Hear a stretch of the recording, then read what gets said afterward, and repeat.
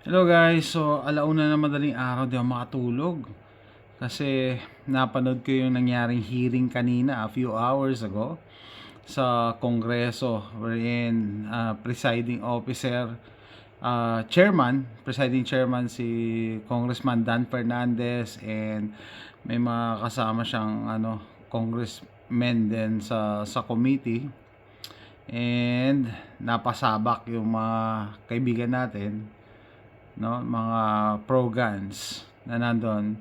Okay, so bigay ko na lang yung kung makakuha tayo ng excerpts. Adapt the explanatory note as Apparently, Okay, so kalat-kalat tong ideas ko pero gusto ko lang ilabas. So, isa sa mga na-observe ko, yung mga nasa pwesto like DND, PNP, nakalimutan ko na kung may DILG ba dyan. Basta yung mga nasa branch of government, puro sila anti-gun and I think they were proud, very proud talaga sila nung sinabi nila na na privilege lang ang gun ownership sa Pilipinas. I mean, proud na proud sila, no? Parang di ba la alam yung darating yung time na baka pwede sila umupo on the other side of the table na magiging citizen na rin sila. Ibig ko sabihin, hindi habang buhay nasa pwesto kayo, either politiko ka or pulis ka or nasa DND ka, DILG ka, nandiyan ka habang buhay. Hindi. Darating yung time, aalis ka din dyan, either gusto mo or kailangan mo na umalis dyan, and magiging ordinaryo kang citizen. So, dado ka na sa kabilang side ng table, uupo. Hindi lang naiisip yon, no? Kaya sabi ko, bakit parang proud na proud sila na hindi nyo ba kakailanganin in the future yan, yung yung pagmamay-ari ng baril na yan or yung rights na yan or yung privilege na yan. Feeling talaga nila pag ikaw nasa pwesto, no? Hindi mo kailangan yan kasi you're above the law. Actually, hindi ako nagsabi niya na si Congressman Acop, mamaya pinagsabihan niya yung PNP, bakit daw hindi nila ini-implement yung batas? Are you above the framers of the law? Yan, hindi nakasagot. Ang sagot ng PNP, we will look into that. Alam nila yung sagot, pero ayaw waiters natin, nila. sir. Sige, bibigay ko na lang sa inyo yung yung saloobin ko para mailabas ko, no? So, nangyari, syempre, yung mga kaibigan natin, si Paul at si Charles, in-state nila yung mga positions nila, di ba? Napansin ko lang si Charles, parang puyat na puyat si Charles eh.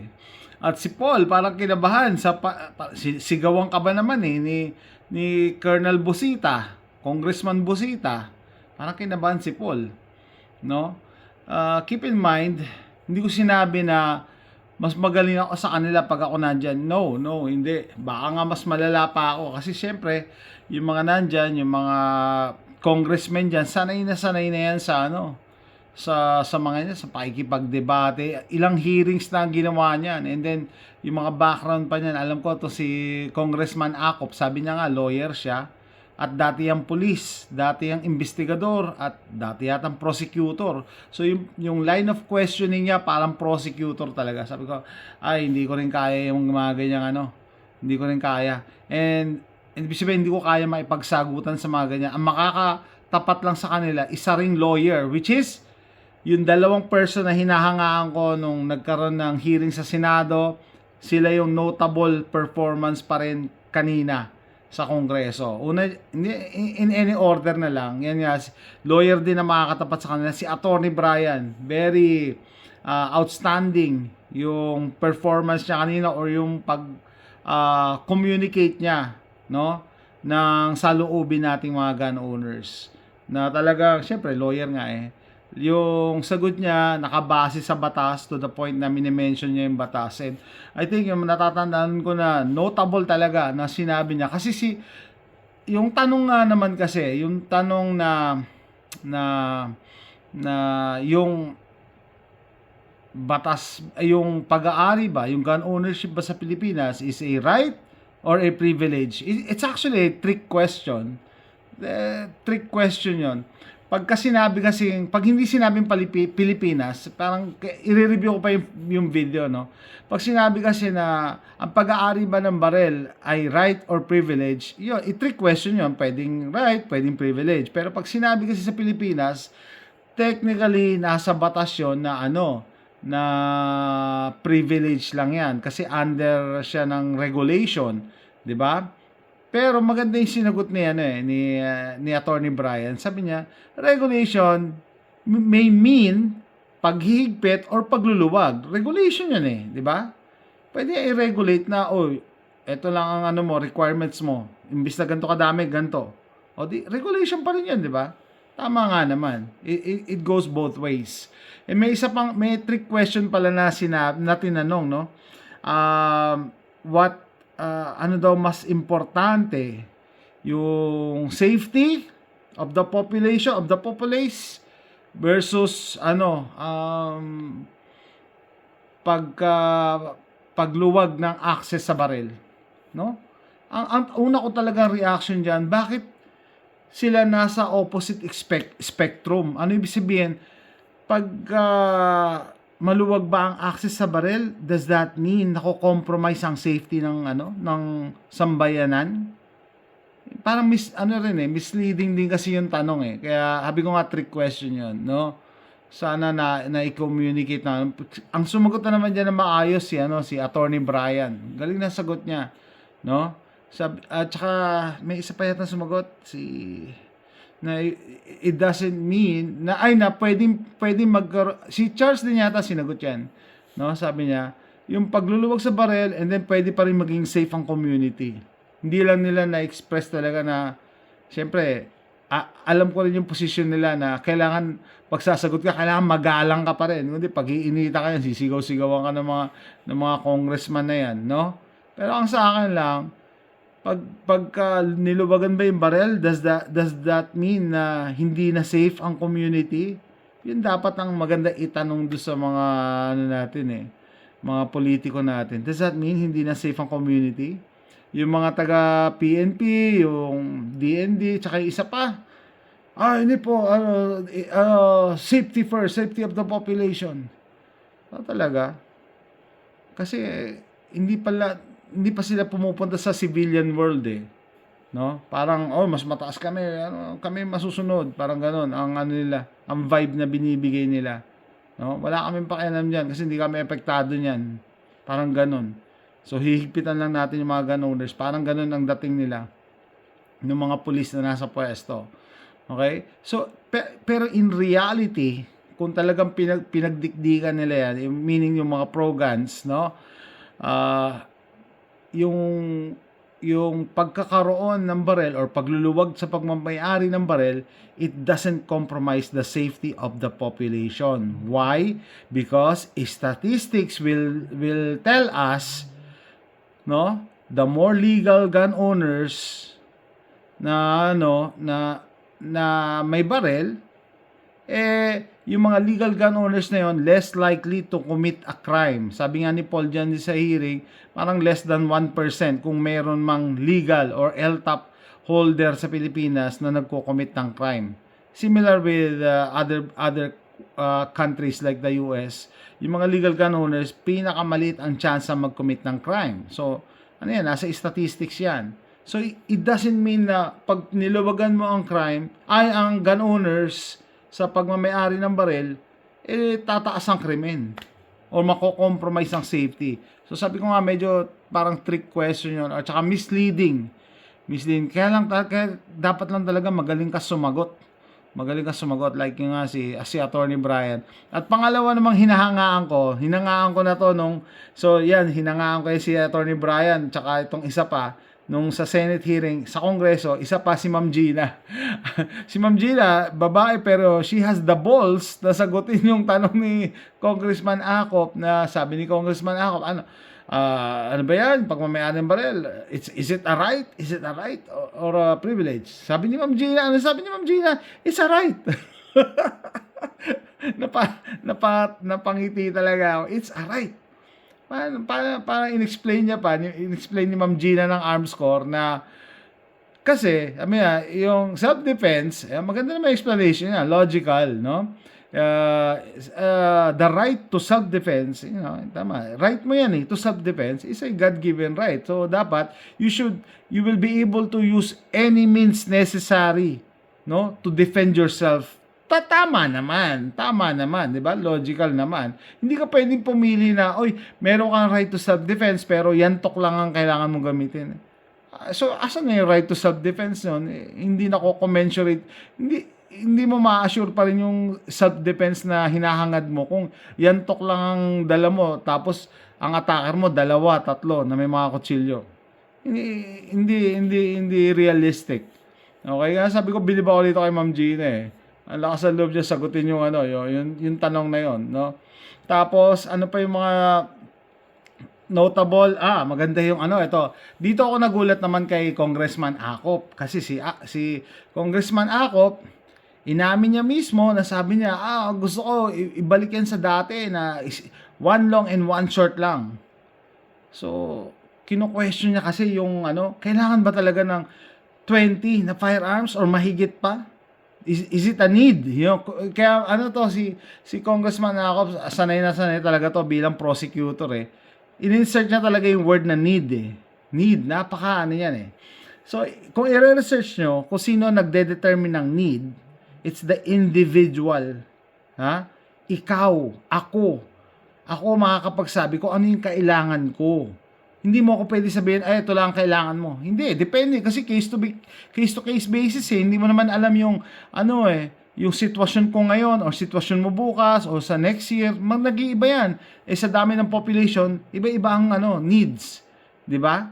So ikaw ang makakapagsabi kung ano yung need mo. Kaya tricky din yung magtanong nga si Congressman Acop. Alam niya mako-corner ang sasagot no? Kung hindi ka magaling or sabi ng mga taga-Quezon, kung hindi ka maalam sumagot sa katulad niyang lawyer. Kaya nakatapat lang sa kanya si Attorney Brian. And yet si Attorney Brian, no, very calm and and firm sa kanyang mga sagot. At saka backed by the law pa rin. Kaya nakakabilib. Anyway, yun sa tanong naman ni Congressman Acop, do you need 20 or more? Kasi gusto nila, pag more than 20, isosurrender mo na or kukumpiskay na yan ng gobyerno. Sabi, do you need? I-specify niya talaga yung word na need Do you need 20 or more for self-defense? Actually, dapat ang sagot dyan, anyway, wala naman tayong benefit ng, sila, yung mga umatid, wala silang benefit of time na makapag-isip pa, no? Plus, siyempre, andun yung pressure, na you will be on the spotlight, di ba? May malaki pressure, alam ko, naintindihan ko yan. Pero ito ang, ko dyan, position ko. Unang-una, the number of guns doesn't signify intent. It doesn't mean na may masama kang intensyon kung marami kang barel. So, si Mr. Topacio ba pangalan? Hindi ko alam kung sino siya, na maganda rin yung sinabi niya Sabi niya kasi, ako kasi, competitive shooter ako. Pagka magkukumpit akong PCC, 2 baril lang dinadala ko. Tama nga naman, pagka may aberya or may malfunction, nagpapalit siya. No? Ganun talaga pag competitive shooter, dapat meron kang backup na baril. Okay? Tapos, dati daw, nung unang panahon, 1911 lang ang pistol, tapos rifle, ganyan lang. Ngayon, yung technology, advancement of technology, meron na mga micro-compact, may subcompact na, may full size, may mid. Ang dami ng variations ng firearms, no? Either pistols or rifles. So, advancement in technology, dumami na yung uri ng baril. So, marami kang pagpipilian. Yun marami kang pagpipilian. Pero dapat ang sinagot diyan, no? At the time of the threat or a life and death situation, hindi natin alam kung ano yung magagamit natin. And keep in mind, 2 lang ang kamay natin. Okay? So, in reality, isang baril lang talaga ang magagamit natin in a life and death situation. The rest, no, hindi naman ginagamit lahat for self-defense ang baril. Di ba? May recreational din. So, ano ibig sabihin nun? Recreational, pagpuputok ka sa range, dahil mahal ng 5.56 ngayon, mas madalas pumuputok ako ng 22 LR. So, dapat may 22 LR ako. So, kung may 22 LR akong rifle, may 22 LR din ako na pistol. Ganun lang yun. Okay?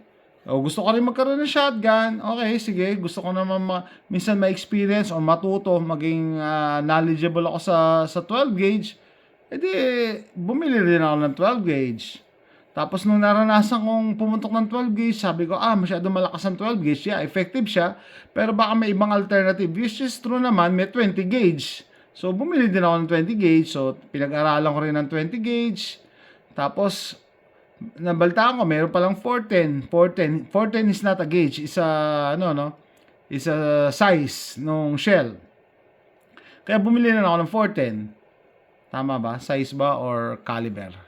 Hindi siya caliber. Is a size. Okay? So, yun yung reason, no? Pero yung need kasi, yun nga nobody knows kung ano yung need mo for a life and death situation na self-defense scenario. Ikaw mismo.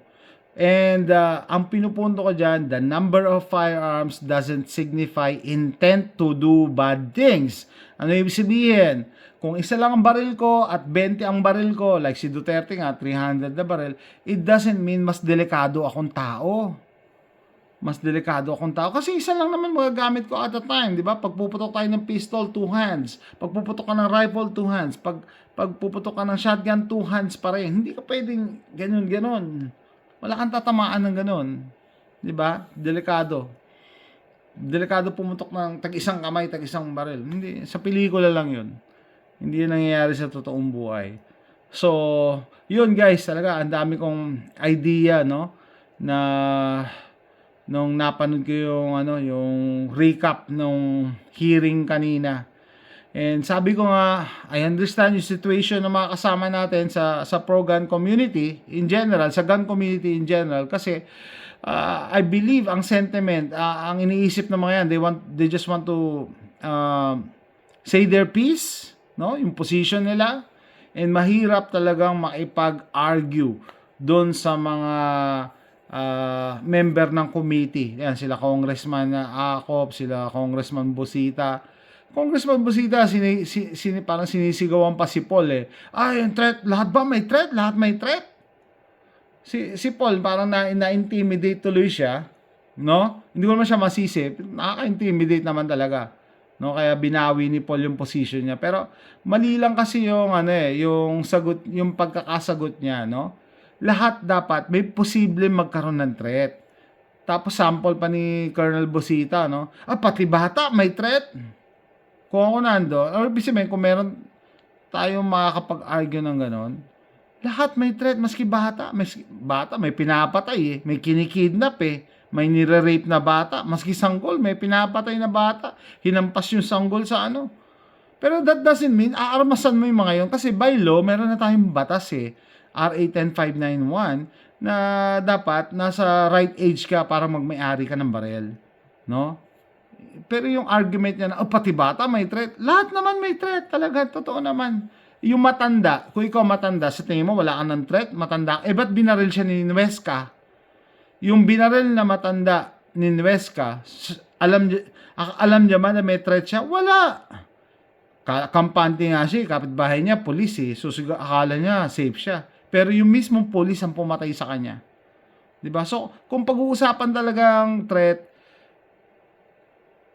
one way or another, hindi lang natin alam kung kailan darating ang threat. Pero lahat posibleng magkaroon ng threat. Hindi porket ikaw ay nagtatrabaho bilang medtech or driver, wala nang threat sa buhay mo. Hindi sana wala nang namamatay na ordinaryong mamamayan. At saka hindi naman lahat na-hold up Iba na pagtripan lang parang dati may estudyante na 15 years old, sinaksak na pagtripan ng mga kabataan din dyan sa Tondo ata. Pero hindi siya namatay, pero sinaksak siya. So, hindi ba threat yun sa buhay niya? Kasi pwede ka rin mamatay niyan, di ba? Pero, hindi natin sinabi, aarmasan natin 15 years old. Pero, ang punto dyan is, yung tanong kasi na, lahat ba may threat? Lahat may posibleng magkaroon ng threat. No? Hindi mo lang alam kung kailan darating. Kung pwede mo nga lang ibalik doon sa mga politiko na, sir, kayo ba? May threat ba sa buhay nyo? O kaya meron kayong mga bodyguards na may baril? Sabi na, oo. Kahapon nung umuwi kayo, may nangyari ba? Wala naman na. So, ibig sabihin, hindi mo rin alam kung kailan darating yung threat. No? Ina-assume nyo lang na meron kayong threat kasi meron kayong posisyon na hinahawakan. Pero pwede rin naman kayong matapos ang term nyo na wala naman talaga mangyayari sa buhay nyo. Di ba? Pwede rin naman yon. And yung ordinaryong mamamayan na kahit napakabait, kaibigan niya lahat ng tao sa barangay nila, pwede rin isang araw bigla na lang saksakin dahil masama ang tingin niya dun sa isang nagiinuman or na-tsempohan siya ng addict sa kanto, na ginabi siya ng uwi, yung mga bagay na wala siyang control. Di ba? So, all in all, sabi ko nga, notable talaga. I like those two, si Attorney Brian before sa Senate hearing, and I still like him, pati si Ma'am Gina. Okay, it's just that wala tayo sa home court natin pagdating dito sa lower house. Ano ibig sabihin? At least no, sa Senate hearing andyan si Senator Bato at saka andyan si Doc Lawrence. Dito, we're on our own as a gun rights advocates or gun owners, no? Wala tayong kakampi na mahanap. Nagtaka lang ako nung pinag-usapan na sinabi ni Mr. Topacio na minsan yung PNP nag-overreach. Sabi ni Congressman Acop, magbigay ka nga ng example, nag-overreach? By law, dapat available ang 7.62 sa civilians, pero hindi nag-i-issue. Recently lang yung 55623. Ano sabi ni Congressman Acop? Ultra vires yan. Ano yan? Bakit hindi nyo sinusunod yung batas? Ba't hindi nyo sinusunod yung batas? PNP? Are you higher than the framers of the law? Alam niyo sagot ng PNP? We will look into that, sir. Shh. So, dun lang, no? Parang naalala ko tuloy sinabi ni Doc Lawrence dati, yung mga politiko natin sa Pilipinas, hindi naman talaga solid na anti-gun, hindi solid na pro-gun. Minsan, nagbabago din yung isip nila. I think, ang psychology nito kay Congressman Acop, ganito, no? Kung maidebate mo siya or maipresent mo sa kanya yung hinihingi niya sagot, masasatisfy yan. Yun nga lang, mahirap kasi talagang expert yan sa cross-examination. Pero, I think, pwede natin siyang makumbinse. Basta magaling lang magaling lang mag-present ng argument natin as a gun community. So, that's it guys. Panoorin nyo na lang yung video, Committee on Public Order and Safety. Yan, hearing sa Senado. Sa Kongreso, sorry. No? Medyo naging mainit. Iba magtanong tong mga congressmen na to as compared do sa Senate. Sa Senate, majority doon kakampi natin. Pero I believe masatisfy nyo lang. Ang suggestion ko lang, no? Bago kayo sumagot, huminga muna malalim yung pag-isipan yung isasagot. Kasi eto talaga, matinik talaga to si Congressman Acop. Okay? Matinik yan. Dati yatang prosecutor yan. Okay? And ano pa yung last words? May nakalimutan pa ako, yung pa pala. Sabi gagawa daw sila ng technical working group, no? Regarding dyan sa amendment sa RA 10591. Hopefully, masway natin sila sa direction natin, no? Kasi, ipaalala natin, darating yung time, kayo mga nasa pwesto, babalik kayo sa civilian life and ando na kayo sa kabilang side ng table dun sa mga civilian na magiging ang tatawag na lang sa inyo resource persons. Wala na kayo, hindi na kayo congressman, hindi na kayo police, no? So hintayin natin yung report ng mga kaibigan natin, si Paul at si Charles, no? Hopefully makapag-live kami. And uulitin ko guys, hindi ko sinasabi mas magaling ako sa kanila. Naiintindihan ko nga yung nangyari kanina. And sabi ko, kung ako nandun, wala akong pasensya sa mga ganyang mga tanong Yung mga nakakabwisit talaga yung mga tanong nila, no? And I applaud them dahil na-present nila na maayos yung position nila, no?